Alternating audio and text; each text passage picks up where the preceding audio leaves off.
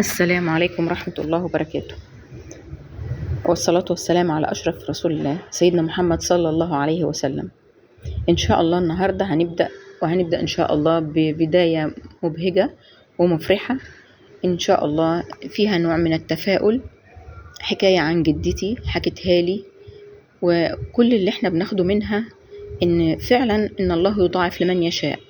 اللي بيعمل خير بيلاقيه وبيلاقي أكتر منه. حكاية النهاردة عن جدتي الطبيبة، فقالت لي إن زميلتها قابلت حالة. طبعا كانوا هما الاتنين بيقعدوا جنب بعض في العيادة، فكانت قابلت الحالة دي كان ابنها تعبان وكان مش قادر يجي المستشفى عشان يكشف. فقالت لها خلاص اقطعي تذكرة وهاتي اكتب لك على العلاج المناسب للي انتي هتقوليه. فقالت ان هو الولد سخن وتعبان وان اللوز نزلاله وكده.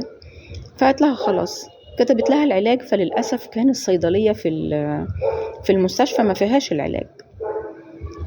فزميلتها ديت في اليوم ده كان معاها الكلام ده، طبعا بقاله حوالي 40-50 سنة حاجة زي كده يعني.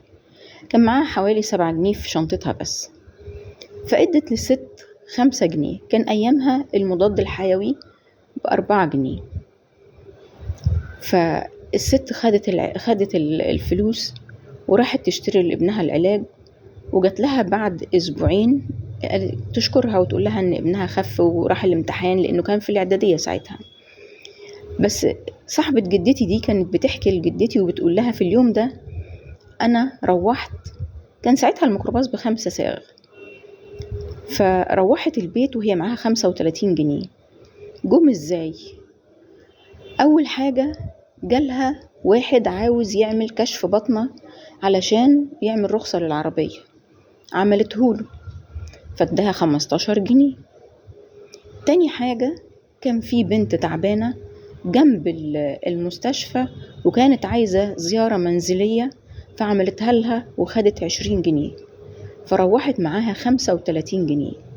فقالت لها سبحان الله، أن الله سبحانه وتعالى بيضاعف لمن يشاء، الحسنة ب10 أمثالها، والله يضاعف لمن يشاء. في اليوم ده روحت معاها فلوس أكتر، ومعاها طبعا بإذن الله وبكرمه وبفضله معاها رضا من الله إن هي فكت كرب بني آدمة.